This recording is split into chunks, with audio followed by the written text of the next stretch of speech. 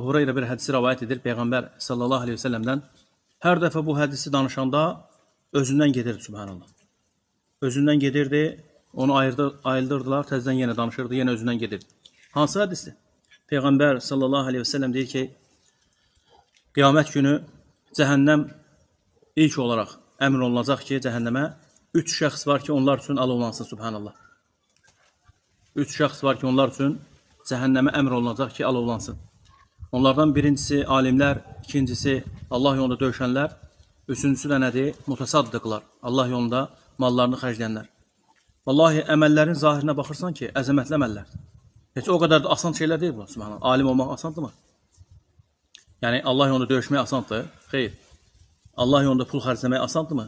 Çox çətin əməllərdir. Bunlar üçü də çətin əməllər. Lakin Peyğəmbər sallallahu aleyhi ve sellem deyir ki, bu şəxslər üçün deyir, cəhənnəm alovlanacaq, Allah qorusun. Nəsəlullahə əs-səlamətə vəl-afiyyə. Allahdan salamatsız və afiyət diləyək.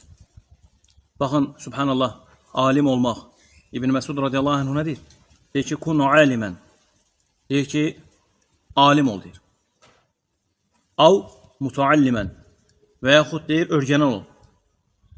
Av mustəmiən. Və yaxud onları dinləyən ol. Fələ təkun rabiən fətəhlik.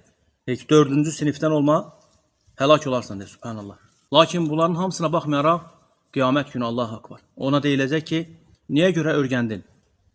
O insan deyəcək ki, sənə görə. Əgər doğrudan da məsələ bu cürünə deyildirsə, Allah deyəcək ki, qədəbdir, yalan deyirsən.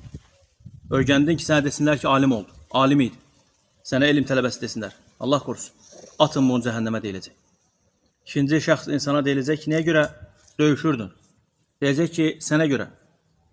Deyəcək ki, yalan deyirsən. Döyüşürdün ki, desinlər ki, şücaətli birisidir. Allah yolunda döyüşənlərdəndir. Atın bunu cəhənnəmə. Eyni ilə üçüncü şəxsə. Niyə görə sədəqə verir? Deyəcək ki, sənə görə. Deyiləcək ki, yalan deyirsən. Atın bunu cəhənnəmə. Allah qorusun.